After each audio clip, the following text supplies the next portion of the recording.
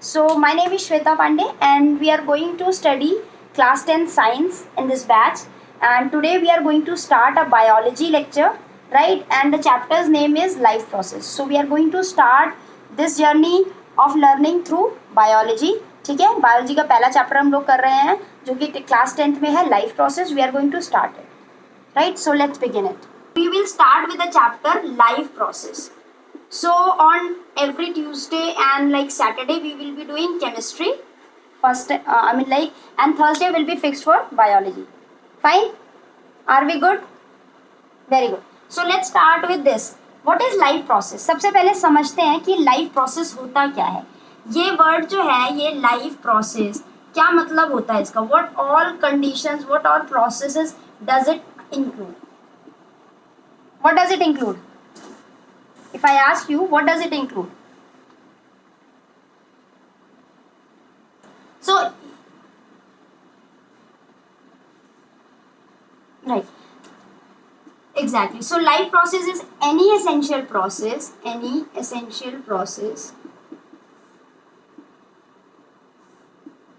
without which a living being cannot sustain. हम लोग यहाँ पे बिल्कुल फंडामेंटल से चीज़ों को पढ़ेंगे, ठीक है? फंडामेंटल से चीज़ें सीखने का एक बेनिफिट होता है. अगर हम फंडामेंटली नहीं पढ़ते हैं तो हमें वो चीज़ें बार बार क्लेम करनी पड़ती है, बार बार मगअप करनी पड़ती है. लेकिन अगर हम क्या करेंगे, अगर हम स्टडीज़ को अपना पार्ट ऑफ हैबिट या हॉबी बना लेते हैं, सीखने की आदत को, तो फिर क्या होता है, हमें वो बार बार मगअप नहीं करनी पड़ती. तो इसलिए हम बिल्कुल फंडामेंटल टर्म्स से चलेंगे. और बायो में तो वैसे भी अगर आपको फंडामेंटली टर्म्स पता हैं तो आपके लिए बहुत ईजी हो जाता है. Then it's a cake walk. Okay, तो लाइफ प्रोसेस का मतलब क्या हुआ? कोई भी essential process. I am marking some words, आपको लिखना है साथ में. और ये जो वर्ड्स मैं मार्क कर रही हूँ, these are the words that will be core. ये जो है आपकी लर्निंग का कोर होगा, ठीक है? तो life process is any essential process जिसके बिना कोई लिविंग बीइंग सस्टेन नहीं कर सकता है. Are we clear till here? So when I talk about it, the first thing is nutrition. भाई बिना खाए पिए तो कोई जी ही नहीं सकता. So what is nutrition? When I talk about nutrition, what does it mean? Is it only about intake of food? तभी मैं अगर न्यूट्रिशन की बात करती हूँ, right, go had.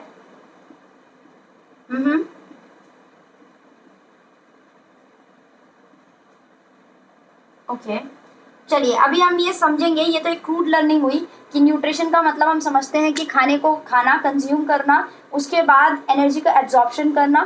These are some things that what I mean like, ये crude चीज़ें हैं जिसके बारे में हम श्योर नहीं है कि क्या न्यूट्रिशन एक्चुअली में यही प्रोसेस है, या ये जो पॉइंट्स हमने बोले हैं कि न्यूट्रिशन का मतलब खाना खाना है और उसके बाद एब्जॉर्ब करना है और फिर एनर्जी रिलीज करना है, ये सारा कुछ न्यूट्रिशन में आता है या ये अलग अलग स्टेप हैं अलग अलग प्रोसेस के. तो ये चीज़ हम यहाँ पे क्लैरिफाई करेंगे, ठीक है? So this is respiration and now this is transportation and the last is excretion. Is there any other process that you can count essential for as a life process? Is there any process that you can think of besides these four?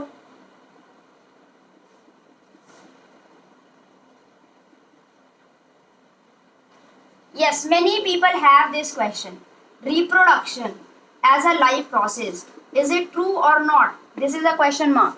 So we are going to discuss this. हम लोग समझेंगे कि भाई reproduction एक life process है कि नहीं है. तो ये समझने के लिए हमें ये समझना है कि रिप्रोडक्शन की एसेंशियलिटी किस लिए है, क्यों ज़रूरी है रिप्रोडक्शन हमारे लिए. तो अब हम ये समझेंगे, ठीक है? और कैसे समझेंगे इसको, चलिए जानते हैं. So what is reproduction? First thing आपको ये पता होना चाहिए what is reproduction. Basic term, basic meaning और बेसिक इसका डेफिनेशन. क्या मतलब होता है रिप्रोडक्शन का? Reproduction is the process that is not the case. Reproduction is the process by which an individual produces offspring. By which lemon terms में, हम चीज़ों को लेमन टर्म्स से टेक्निकलिटीज़ पे लाएंगे, क्योंकि अगर स्टार्टिंग से ही आप टेक्निकल पढ़ते हैं तो प्रॉब्लम क्या होती है कि वो आपको फिर ऐसे डाउनलोडेड फॉर्म में लगता है, ठीक है। इसलिए हम लोग कैसे करेंगे, हम लोग चीज़ों को बहुत आसानी से लेकर के चलेंगे। इतना मुश्किल नहीं है पढ़ना जितना हमें समझ में आता है। और वो कैसे हो सकता है, वो तभी हो सकता है जब हम उस सब्जेक्ट में पर्टिकुलरली कुछ भी हम पढ़ रहे हैं उसमें हम अपना इंटरेस्ट डेवलप करें। और वो इंटरेस्ट डेवलप करने के लिए सबसे मोस्ट इम्पॉर्टेंट थिंग क्या होती है कि हम उसके बारे में छोटी छोटी चीज़ें जानें। छोटी छोटी चीज़ें हमें जल्दी इंटरेस्टिंग लगती है रादर देन कोई लंबी चौड़ी आपको कहानी सुना दी जाए, ठीक है। So the process by which an individual और a living being produces its offsprings. इन्हें प्रोजेनीज भी कहते हैं, यस, बिकॉज आगे हम लोग जब पढ़ेंगे, ठीक है, तो बायो में क्लास 10 बायो में हमारे पास reproduction as a separate chapter है भी, तो वहाँ पे भी आपका ये कॉन्सेप्ट जो है वर्क करेगा।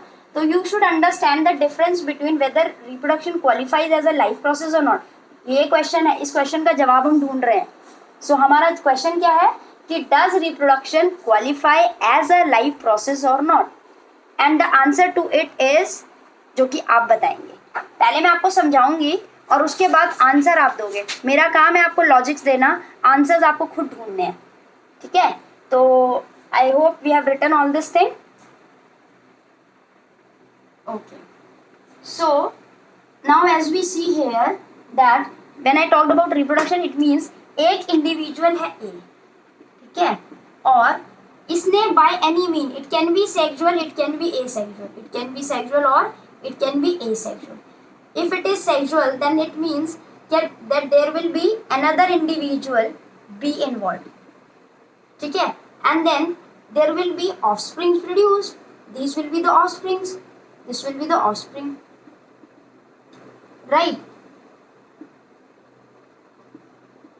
This is reproduction. इसको हम reproduction कहते हैं, यानी कि एक इंडिविजुअल अपनी जैसे ही, ठीक है, एक स्पेशलिटी क्या है कि ये इंडिविजुअल्स हैं वो ऑफस्प्रिंग्स प्रोड्यूस करता है ऑफ द सेम काइंड। ये वर्ड मैंने अभी क्यों नहीं लिखा, क्योंकि हम जैसे जैसे चीज़ों को समझते जाएंगे वैसे वैसे हम उस चीज़ को लिखते जाएंगे, ठीक है। तो क्या है ये, of the same kind, of the same kind, this is most important. यानी कि ऐसा पॉसिबल नहीं है कि अगर एक हॉर्स है और आप एक्सपेक्ट कर रहे हो कि हॉर्स से आपको जो है क्या कहते हैं, आपको हॉर्स से लायन मिल जाए, नहीं, हॉर्स है तो हॉर्स ही प्रोड्यूस होगा। This is reproduction, this is the essence of reproduction, ठीक है। चलिए एक बात तो ये हो गई। अब हम बात करते हैं इम्पोर्टेंस ऑफ रिप्रोडक्शन की। Now we will talk about importance of reproduction. अब आपकी बारी आती है जो आप कह रहे हो कि जो है कंटिन्यूटी के लिए इंपॉर्टेंट है, right. So reproduction is essential for the continuity of species, continuity of species. देखिए जितनी भी टेक्निकल टर्म्स आती जाएंगी हम लोग उसको वहीं पे डिस्कस करेंगे, ठीक है, राइट। तो अगर मैंने स्पीशीज को यहाँ पे हाईलाइट किया है तो we will understand what is species, और अब हम इस चीज़ को समझेंगे कि स्पीशीज क्या होता है, ठीक है। So I hope everything has been copied.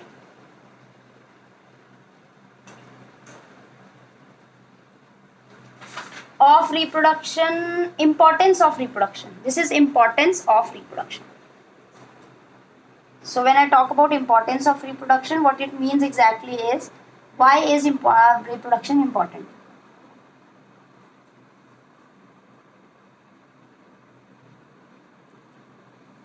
Okay. So now let's understand this thing a little more. I need to rub all this.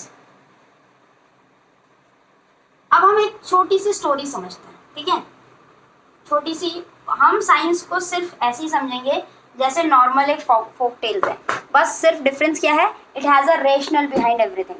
जो भी आपको पढ़ाया जाएगा उसके पीछे एक रेशनल है, एक लॉजिक है, and we have to understand it the same way, ठीक है। जैसे कि अब एक इंडिविजुअल है, सपोज ये एक इंडिविजुअल है, इंडिविजुअल ए, ठीक है।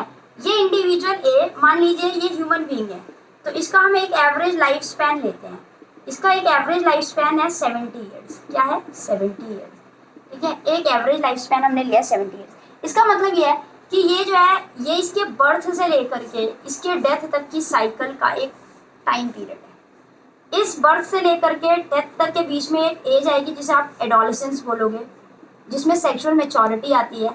ठीक है, सेक्सुअल मैच्योरिटी यहाँ पे आती है। ठीक है, इसके बाद एडोलेसेंस के बाद यहाँ पे एक एज आती है जिसको आप एजिंग बोलते हैं, एजिंग। ठीक है, ये हो गया एजिंग।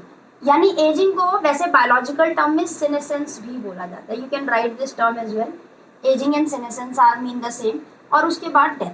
ठीक है, अब इस पूरी कंडीशन में ये जो एक इंडिविजुअल ए है, ये हर रोज every single day, every day ये क्या क्या काम करता है? ये एक काम करता है न्यूट्रिशन, ये एक काम करता है रेस्पिरेशन, हर मोमेंट करता रहता है, और न्यूट्रिशन भी ये मैक्सिमम टाइम करता रहता है। ठीक है, यानी कि like 2 to 3 times a day, may be 6 times a day, या फिर ये कुछ ना कुछ बीच बीच में भी कंज्यूम करता रहता है। ठीक है, उसके बाद एवरी डे में फिर क्या चीज़ है, इसकी बॉडी में ट्रांसपोर्ट होता रहता है। अभी मैं आपको हमने जो क्वेश्चन किया था उसका जवाब आप खुद देंगे। जवाब देने के लिए टीचर्स नहीं होते हैं, टीचर्स होते हैं आपको जवाब ढूंढने का रास्ता दिखाने के लिए। ठीक है, क्योंकि जब आपको टीचर जवाब बताता है तो आपको याद करना पड़ता है, राइट। और अगर आपको जवाब खुद ढूंढना पड़े, अगर आपको रेशनल पता हो, उसका लॉजिक पता हो, you can make the reason, you can write the answer yourself. It is like this, okay. And then every day वो एक्सक्रीशन करता है। ठीक है, एक्सक्रीशन का मतलब आपका स्टूल पास करना नहीं, एक्सक्रीशन हेयर आई मीन जो यूरिनेशन होता है। ठीक है, तो पूरे दिन में ये प्रोसेसेस होती हैं, right. Now let's talk about reproduction. Reproduction इस पीरियड में एक ब्रैकेट है जिसको आप बोलते हैं रिप्रोडक्टिव एज। एक ब्रैकेट है जिसका नाम है रिप्रोडक्टिव एज।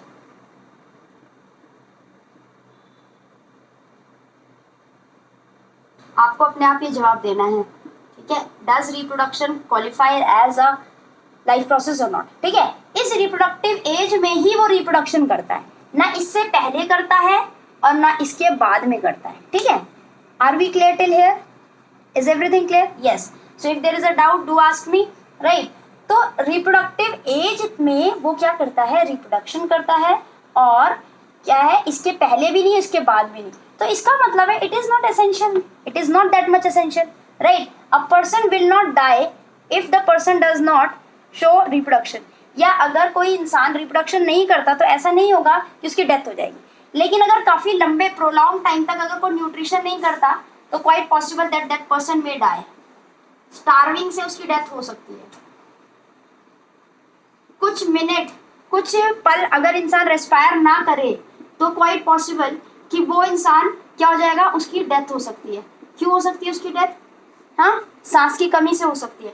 ट्रांसपोर्टेशन, अगर सपोज किसी की बॉडी में ब्लड में या फिर ब्लड सर्कुलेटरी सिस्टम या इनमें किसी भी टाइप का प्रॉब्लम आ जाता है, ट्रांसपोर्टेशन प्रॉपरली नहीं हो रहा है, किडनीज अपना काम प्रॉपर नहीं कर रही है, ट्रांसपोर्टेशन का बेसिक फंक्शन सही से नहीं हो रहा है, तो पॉसिबल है कि उसकी जो डेथ है जो 70 साल के बाद होनी थी वो पहले ही हो जाए। एक्सक्रीशन अगर नहीं हो रहा है तो काफ़ी सारी डिजीजेज हो जाती है क्रोनिक टर्म्स में, ये भी डेथ कॉज कर सकते हैं। पर क्या रिप्रोडक्शन अगर ना हो तो किसी की डेथ हो सकती है? क्वेश्चन ये है।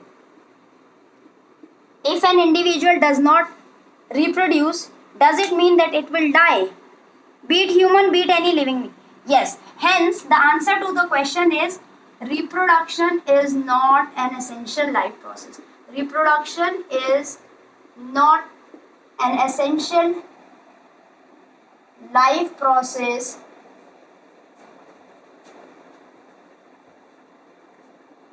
Life process for the survival of an individual.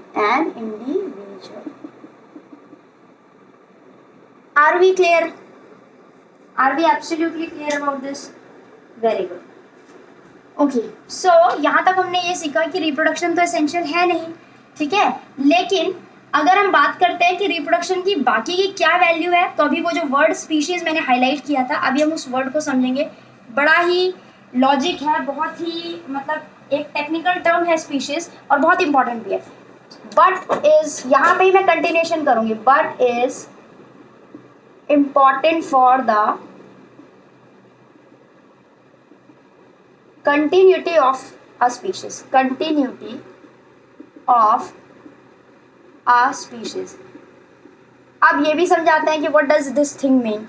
Just write it first, copy it first and then we will do the rest part. ठीक है, फिर हम आगे का करेंगे.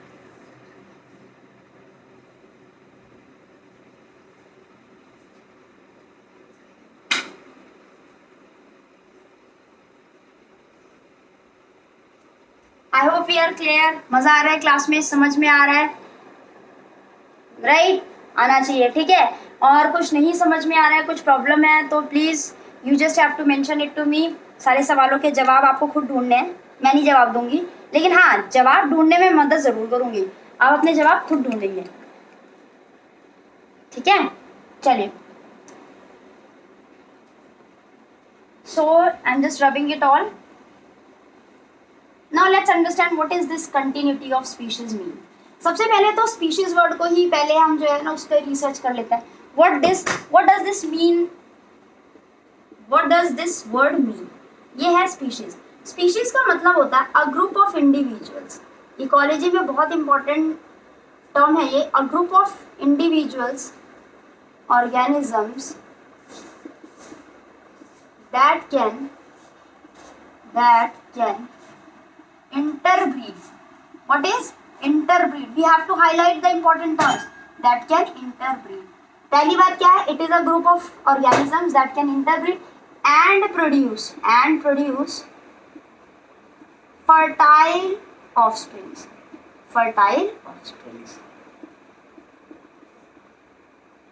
ठीक है.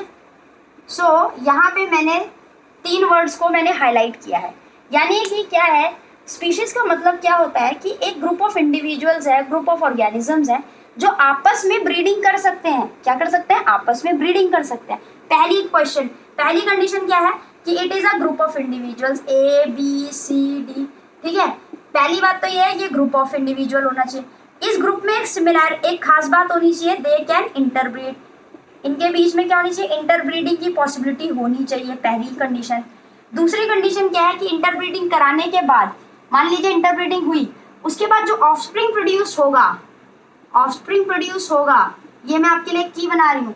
अगर वो फर्टाइल हुआ तो ये जो ग्रुप था वो क्या था? एक स्पीशीज थी. ठीक है, अगर फर्टाइल हुआ, चेक मार्क. फर्टाइल का मतलब होता है कि जो मतलब क्या कहते हैं, और ऑफस्प्रिंग्स को प्रोड्यूस कर सके, जो रिप्रोड्यूस कर सके, जो रिप्रोडक्शन कर सके, दैट इज फर्टाइल. ठीक है, an individual which is able to reproduce is called as fertile. ठीक है, और अगर कोई इंडिविजुअल अगर नहीं कर सकता तो उसे आप बोलते हो स्टेराइल. क्या बोलते हो? Sterile. There is one word fertile and the other one is sterile. ठीक है, अगर फर्टाइल प्रोड्यूस करता है तो फिर अभी हम बात करेंगे. अगर स्टेराइल करता है या नॉन फर्टाइल करता है, ठीक है, कुछ भी समझ लो. ठीक है, अगर ऐसा कुछ होता है तब हम क्या कहते हैं? ठीक है, तब हम क्या कहेंगे? अगर तो फर्स्ट केस है देन इट इज स्पीशीज, और अगर फर्स्ट केस नहीं है then it is not a species, तब ये स्पीशीज नहीं है. समझ में आई बात? Revise.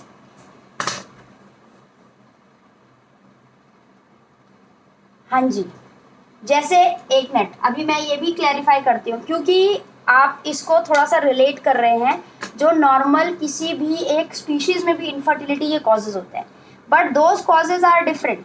The fact is naturally that person, जो इंडिविजुअल प्रोड्यूस होगा वो फर्टाइल होना चाहिए. बिल्कुल, बहुत अच्छा क्वेश्चन है और बहुत ही मैं आपको वो भी समझाती हूँ. देखिए, जैसे मान लीजिए, मैं इसका एक एग्जाम्पल अभी कोट करती हूँ. पहले just tell me if you have copied everything. If everything has been copied, then we can proceed further.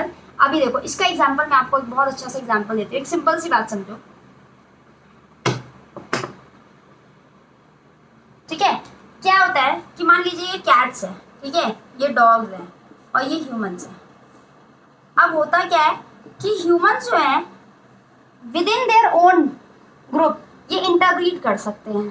ठीक है, राइट. ये इंटरब्रीड कर सकते हैं, ठीक है। अब पॉसिबिलिटी क्या है कि जो ऑफस्प्रिंग प्रोड्यूस होगा, ये ऑफस्प्रिंग जो है ये दूसरे ह्यूमन बीइंग्स को प्रोड्यूस करने के लायक होना चाहिए, ठीक है। लेकिन अब एक कैच है, यहाँ पे इनफर्टाइल ऑफस्प्रिंग या फिर जिसको आप बोलते हो कोई डिसऑर्डर्स प्रोड्यूस हो सकते हैं, जिसको आप बोलते हो इनफर्टिलिटी कॉज, यानी कि इसमें भी इनफर्टिलिटी हो सकती है, लेकिन ये जो इनफर्टिलिटी का जो कॉज है ये बहुत सारे और रीजन से होता है, ये नेचुरल रीजन से ऐसे नहीं है कि नेचर ने ऐसा बनाया है कि ह्यूमंस में जो है इंटरब्रीडिंग करने के बाद जो ऑफस्प्रिंग प्रोड्यूस होगा वो इनफर्टाइल ही होगा, नहीं, ऐसा नहीं होता। होता कैसे है? होता ये है कि जो भी क्या कहते हैं ऑफस्प्रिंग है उसमें फिजियोलॉजिकल रीजंस हो सकता है। फिजियोलॉजिकल रीजंस का मतलब है, अभी मैं ह्यूमंस का एग्जांपल इसलिए ले रही हूँ कि आप ह्यूमन से बहुत इजीली रिलेट कर सकते हैं। जैसे फिजियोलॉजिकल रीजंस क्या हुए, मान लीजिए, या एनाटॉमिकल रीजंस भी हो सकते हैं, जैसे मान लीजिए मेल रिप्रोडक्टिव सिस्टम और फीमेल रिप्रोडक्टिव सिस्टम की हम बात करते हैं। छोटा सा अभी एग्जाम्पल लेंगे क्योंकि ये वाला तो ऑब्वियस सी बात है, हम अगले जो चैप्टर आएगा रिप्रोडक्शन वहाँ पे बहुत डिटेल में हम डिस्कस करने ही वाले हैं, ठीक है। और आज तो हमारी बेसिक क्लास है, राइट। तो मेल रिप्रोडक्टिव सिस्टम और फीमेल रिप्रोडक्टिव सिस्टम की जब मैं बात करती हूँ तो इसमें क्या होता है, मेल रिप्रोडक्टिव सिस्टम में मेल्स में वी टॉक अबाउट टेस्टिस, यहाँ पे हम लोग ओवरी की बात कर रहे हैं, ठीक है। अब मान लीजिए ये टेस्टिस या ओवरी में, देखिए बेसिकली ये कह रहा है कि ह्यूमंस इंटरब्रीड करेंगे, ऑफस्प्रिंग प्रोड्यूस होगा, या तो वो बॉय होगा या गर्ल होगा, ठीक है, यानी कि मेल होगा या फीमेल होगा। मेल होगा तो टेस्टिस होगा उसमें, और फीमेल होगा तो ओवरी होगा। यहाँ तक क्लियर है बिल्कुल बात। अब अगर टेस्टिस या ओवरी में कोई रीज़न की वजह से, बहुत सारे रीजंस हो सकते हैं, ठीक है, जो स्पर्म प्रोड्यूस हो रहा है वो वाइबल नहीं है, ठीक है, और भी बहुत सारे रीजंस हो सकते हैं, अलग अलग डिजीजेज होती है इससे रिलेटेड, ओवरी है या यूट्रस में कुछ प्रॉब्लम है, ये सारे डिजीजेज जो है हम थोड़ा सा डिस्कस करेंगे जब हम सेक्सुअल रिप्रोडक्शन को डिटेल में पढ़ेंगे। तो ऐसे किसी रीज़न की वजह से अगर इंडिविजुअल इनफर्टाइल है तो वो उसका मतलब ये नहीं है कि वो ह्यूमन नहीं है, वो ह्यूमन है, उसमें ह्यूमंस के सारे के सारे गुण हैं। क्यों? क्योंकि वो एक कॉर्डेट है, ठीक है, वो उसमें मैमेलिया क्लास में है, राइट। उसके बिसाइड जो है उसमें जो है सबसे इंपॉर्टेंट चीज़ है क्रोमोसोम नंबर, वो उसमें 46 है, ठीक है। तो इसके हिसाब से वो ह्यूमन है। लेकिन डिफरेंस क्या है कि किसी रीज़न की वजह से, किसी फिजियोलॉजिकल रीज़न की वजह से, किसी एनाटॉमिकल रीज़न की वजह से वो इनफर्टाइल है, बट फिर भी हम उसे क्या कहेंगे, ये सेम स्पीशीज़ के हैं, ये सेम स्पीशीज़ के हैं, ठीक है। अब बात किसकी करी जा रही थी, मान लीजिए ये कैट और डॉग है। पहली बात तो ये आपस में कभी इंटरब्रीड कर नहीं सकते, पहली चीज़ तो ये पॉसिबल नहीं है। लेकिन भैया हम तो इंसान हैं, हम तो हर चीज़ में जो है अपना दिमाग घुसा लेते हैं कहीं ना कहीं से। तो हमने क्या किया, लैब में हमने कुछ पॉसिबिलिटीज़ बनाई। सपोज ये एक हाइपोथेटिकल सिचुएशन है, चीज़ों को हाइपोथेटिकली हम समझ रहे हैं, ठीक है। हमने हाइपोथेटिकली क्या किया कि हमने ये जो डॉग है ना, डॉग, इससे हमने क्या किया, मेल गैमीट प्रोक्योर किया, और कैट से मान लो हमने फीमेल गैमीट प्रोक्योर किया। कुछ भी हो सकता है, एनीथिंग कैन हैपन, लाइक, क्योंकि यहाँ पे सेक्सुअल रिप्रोडक्शन होता है, ठीक है। और उसको हमने किसी कंडीशन में लैब में एक पॉसिबिलिटी मानते हैं कि ये कर भी लिया, पहली कंडीशन फुलफिल करा दी कि लैब में हमने क्या किया, इनकी मेटिंग करवा दी, लैब में आपने गैमीट्स का फ्यूजन करवा दिया, ठीक है।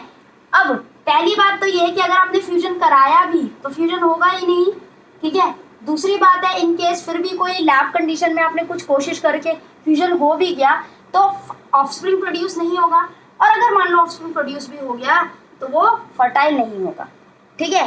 यानी कि इससे हमें कंफर्म हो जाता है कि कैट्स और डॉग्स ये सेम स्पीशीज नहीं है। बात समझ आ गई, क्लियर है। ह्यूमंस के केस में समझ में आया कि अगर इनफर्टाइल इंडिविजुअल है तो वो उसमें एक एबनॉर्मेलिटी का केस है, it is an abnormality in that person, it doesn't essentially mean that that person is not human, he is human, it is just that due to some or the other reason that person is infertile, ठीक है, clear है, बिल्कुल बढ़िया, चकाचक clear होना चाहिए, हाँ ठीक है। अच्छा, अब एक एग्जांपल मैं आपको ना इसी में एक बहुत अच्छा एग्जांपल देती हूँ, और वो एग्जांपल है म्यूल का। आप लोग कभी खच्चर देखा है, खच्चर, ठीक है। तो खच्चर का क्या होता है कि खच्चर जो होता है, जैसे म्यूल बोलते हैं उसको, ठीक है, क्या बोलते हैं, म्यूल, ठीक है। तो होता क्या है कि जो हॉर्स होता है और डंकी होता है, ठीक है, उसके हाइब्रिड से म्यूल प्रोड्यूस किया जाता है, चलिए, पहली बात तो क्या कहा गया है, अब खच्चर की कोई एक स्पीशीज नहीं है। आप ये सोचो कि खच्चर रिप्रोड्यूस करके एक और खच्चर बना दे, तो सो फार तो साइंस में ऐसी कोई वो नहीं हुई है, ऐसा कोई एविडेंट नहीं है कि म्यूल से म्यूल प्रोड्यूस हो रहा है। मैंने अभी आपको कंडीशन बताई थी कि लैब कंडीशन में मान लीजिए, देखो हॉर्स और डंकी ये काफ़ी कनेक्टेड होते हैं, काफ़ी रिजेंबलिंग होते हैं, ठीक है, ऑल्दो उनमें बहुत सारी डिसिमिलैरिटीज़ भी होती हैं, ठीक है, लेकिन क्या है कि in that case as well अगर हम हॉर्स और डंकी का एक हाइब्रिड प्रोड्यूस करते हैं म्यूल, तो फिर भी प्रॉब्लम क्या होती है कि म्यूल जो होता है इट कैन नॉट रिप्रोड्यूस। पहली बात, इन केस अगर रिप्रोडक्शन हो भी गया, मतलब किसी कंडीशन में जैसे फोर्सफुली कह दिया जाए, पहली बात तो पॉसिबल ही नहीं है, देयर इज लाइक 0.0001% चांस, तभी भी क्या होगा, फर्टाइल ऑफस्प्रिंग प्रोड्यूस नहीं होगा। इससे ये प्रूव होता है कि म्यूल क्या है, कोई फर्टाइल म्यूल जो है एक स्पीशीज नहीं है, ठीक है। चलिए 2 मिनट में हम, नहीं डोंकी ना, वो डोंकी होता है ना म्यूल, ना डोंकी होता है ना हॉर्स होता है। खच्चर जो होता है उसका देखा जाए तो उसका साइज जो है वो हॉर्स से थोड़ा छोटा, डंकी से बड़ा होता है। हॉर्स की तरह वो ऊपर पहाड़ों पे वैसे चढ़ सकता है, और डंकी की तरह वो क्या कर सकता है, बोझ उठा सकता है। ये खास बात होती है, क्योंकि जब आप अभी पढ़ेंगे, हम जो है बायोलॉजी में, बायोटेक्नोलॉजी में हम क्या करते हैं, हम लोग हाइब्रिड्स प्रोड्यूस करते हैं। प्लांट्स में खास तौर पे इसको बहुत ज़्यादा हमने डेवलप किया है। तो ये क्यों किया जाता है कि सपोज मुझे कोई एक इंडिविजुअल है या एक चीज़ है जिसमें मेरे को एक चीज़ अच्छी लग रही है, ठीक है, एक क्वालिटी किसी की और दूसरी क्वालिटी किसी की, इसको मिक्स कर देंगे और उससे हम हाइब्रिड प्रोड्यूस करते हैं। नेचर ने ये सेम फिनोमिनन किसके थ्रू कहा है, ठीक है, सेक्सुअल रिप्रोडक्शन के थ्रू किया है। और ह्यूमंस ने सेम चीज़ को आर्टिफिशियली हाइब्रिडाइजेशन की प्रोसेस से किया है, ठीक है। तो बात को दोबारा समझते हैं। नेचर ने 2 इंडिविजुअल्स की क्वालिटी या जो भी वाइसेस वगैरह होते हैं उनको मिक्स करने के लिए एक स्पेशल जो तरीका है, एक टेक्निक है रिप्रोडक्शन की, वो सेक्सुअल रिप्रोडक्शन डेजिग्नेट की। लेकिन जो ह्यूमंस हैं उन्होंने आर्टिफिशियली हाइब्रिडाइजेशन के तरीके से, हाइब्रिडाइजेशन के फॉर्मेट में उन्होंने क्या किया, उन्होंने इस चीज़ को और एडवांस किया ताकि वो अपनी मर्जी से सिलेक्शन कर सकें। जैसे टमाटर है, आपको टमाटर में सपोज क्या नहीं चाहिए, बीज नहीं चाहिए, तो आप देखते होंगे कि एक टमाटर तो आता है जो गोल गोल सा होता है और वो बड़ा जूसी सा होता है, ठीक है, उसके अंदर बीज भी बहुत ज़्यादा होता है, उसको लोग देसी टमाटर बोलते हैं। ऐसा देसी खट्टा टमाटर चटनी के लिए बहुत बढ़िया लगता है, मेरे को तो बहुत पसंद है, ठीक है। और एक टमाटर आता है जिससे ग्रेवी बढ़िया बनती है, उसे हाइब्रिड बोलते हैं। आप अगर नॉर्मल भी लेने जाओगे तो इवन सबको पता होता है, ठीक है। तो जो हाइब्रिड होता है उसमें क्या होता है, हाइब्रिड में वो कैसा देता है, हाइब्रिड में वो क्या करते हैं, हाइब्रिड वाला जो टमाटर होता है उसके बीज कम होते हैं, ठीक है, समझ में आ रही बात, ठीक है। तो अब क्या है, एक चीज़ और है, अब हमने जो पढ़ा है हम बस उसे 2 मिनट में थोड़ा सा रिव्यू कर लेते हैं, क्योंकि सबसे इम्पॉर्टेंट चीज़ होती है साथ साथ में रिवाइज करना। तो हमारी टेक्निक पढ़ने की क्या रहेगी, हम बिल्कुल लेमन लैंग्वेज से धीरे धीरे चलेंगे, फिर हमारी फ्लाइट ऊपर मोड में जाएगी, हम टेक्निकलिटीज़ पे जाएंगे, और फिर हम जब चीज़ों को क्या करेंगे, छोटा सा रिविजन करेंगे, 2 मिनट का क्विक रिविजन, फिर हम नेक्स्ट टॉपिक पे जाएंगे। तो आज हमने क्या पढ़ा, बहुत इंपॉर्टेंट सिर्फ 2 चीज़ें पढ़ी। 2 चीज़ें क्या पढ़ी हमने, कि लाइफ प्रोसेस क्या होता है। तो हमने लाइफ प्रोसेस में पढ़ा, कोई भी process which is essential for a being, for a living organism to survive is called life process. हमने देखा कि yes, how many types of life processes are there? There are 4 life processes. One is nutrition. Nutrition क्या होता है detail में हम पढ़ेंगे. Other is respiration.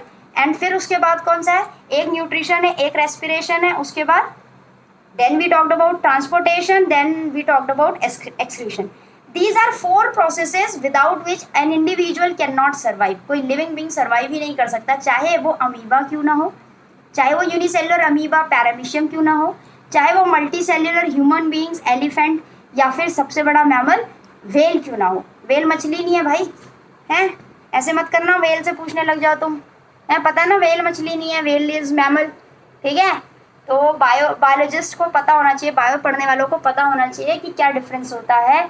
ये नहीं कि दिखने में पानी में जो नाच रहा है या पानी में जो घूम रहा है वो मछली हो गया, ऐसे करके तो तुम भी पानी में फिन्स लगा करके जो है ना घूमने लग जाओगे, तो you will also be like that, ठीक है। Now when we talk about one more thing, एक चीज़ और बताना चाहूँगी मैं, उसके बाद हमने रिप्रोडक्शन को चेक किया whether it qualifies as a life process और नॉट, ठीक है। तो हमने देखा कि reproduction is very much essential for the continuity of species. इसमें मैं एक छोटी सी चीज 1 मिनट की और बताना चाहूंगी। लेट्स सपोज कि किसी एक पर्टिकुलर स्पीशीज के 100 इंडिविजुअल्स थे। इन 100 इंडिविजुअल्स का लाइफ स्पैन है मान लीजिए 10 साल, 10 ईयर्स। तो होगा क्या, अब होता क्या है कि इनमें जो है मान लीजिए सारे इनफर्टाइल हैं, किसी रीजन से इनफर्टाइल हैं, या फिर मान लीजिए सेक्सुअल रिप्रोडक्शन करते हैं और ये सारे के सारे जो है वो सारे के सारे किसी एक जेंडर के, ओनली वन जेंडर, ठीक है। मान लीजिए सेक्सुअल रिप्रोडक्शन करते हैं, लेकिन क्या है कि बच्चे जो है मान लीजिए एक आइलैंड है, ये एक आइलैंड है और इसमें मान लीजिए एक स्पीशीज किसी एक जानवर की है, किसी एक एनिमल की है, वी आर ऑल्सो एनिमल्स, तो जानवर नहीं मतलब एनिमल की है, और उसके पास सिर्फ 100 ही इंडिविजुअल्स बचे हैं। अब ये जो 100 इंडिविजुअल्स हैं ये या तो मेल है और या फीमेल है, तो ये रिप्रोड्यूस ही नहीं कर सकते। अब होगा क्या, ये अपनी लाइफ स्पैन को 10 साल जीने के बाद दे विल डाई, हो सकता है कोई इनसे पहले भी डाई, किसी की डेथ हो जाए, ठीक है। तो ऐसे क्या होगा, एक दिन ये 100 के 100 फिनिश हो जाएंगे एंड व्हाट विल हैपन, ये स्पीशीज हमेशा के लिए खत्म हो जाएगी। आप ये स्पीशीज फिर दोबारा, right, then you will call it extinct. इसे क्या कहोगे, एक्सटिंक्ट। IUCN में आप इसका नंबर डाल दोगे एक्सटिंक्ट, ठीक है। तो हमने देखा कि reproduction is only essential for the continuity of species. All good to go, बढ़िया, समझ में आ गया बिल्कुल। So guys, how was it? I hope आप लोगों को समझ आया होगा आज के lectures. So now I welcome you all to this pioneer family. So we have started this, it's a journey जिसमें हम लोग लर्निंग करेंगे, लेकिन लर्निंग ऐसे होगी, we will enjoy it so that बाद में भी हमारी जो डेस्टिनेशन हो वो इजीली हमको मिले। डेस्टिनेशन क्या है, we all want to get success in life, right. So basically what my motto here is कि हम लोग यहाँ पे अच्छे से सीखें, खुश हो करके सीखें, और जो भी हम सीखें वो हमारे लिए आगे तक एप्लीकेबल हो। The most important thing is to build fundamentals and that is what I am trying, and we both can try. I mean, like both in the sense, me and you on the whole community we can try together. और जब हम साथ में try करेंगे तो we'll surely get good success, right? So I think we are good to go till here, ठीक है। तो फिर मिलते हैं जल्दी से, आपको बहुत सारे ऐसे इंटरेस्टिंग लेक्चर्स मिलेंगे। We'll talk more about it, बहुत अच्छे से हम लोग डिस्कशन करेंगे, चीज़ों के बारे में बातें करेंगे, बेसिक चीज़ें होंगी। आप ये सोचोगे अच्छा यार ये भी होता है, आई मीन लाइक ऐसा तो मैंने सोचा नहीं था कि स्टडीज़ को या क्लास को या इस टॉपिक को हम ऐसे भी सोच सकते हैं, ऐसे रिलेट कर सकते हैं। और लाइफ की डे टू डे लाइफ के एग्जाम्पल्स होंगे, ऐसा भी नहीं है कि बिल्कुल टेक्निकल एग्जाम्पल्स होंगे कि कहीं से मैं जा करके सीधे ग्रेगर मेंडल की कब्र से वहाँ से कोई एग्जाम्पल निकाल के लाऊं, ऐसा कुछ नहीं हो रहा है, ठीक है। ना तो न्यूटन के पास जा करके मैं कोई ढूंढ करके लाने वाली हूँ, राइट। सो हम लोग करने क्या वाले हैं, हम लोग यहाँ पे लर्न करने वाले हैं, लेकिन फुल एंजॉयमेंट के साथ, एकदम बिंदास होकर के पढ़ने वाले हैं हम लोग अच्छी तरीके से, right. And I hope to see you next in my next lecture, और नेक्स्ट लेक्चर हमारा जल्दी आने वाला है, right. So let's hope, and please do like, share and subscribe to this. We have started this journey together and I'm sure we will actually excel in it. Okay, happy going now. Bye bye, take care.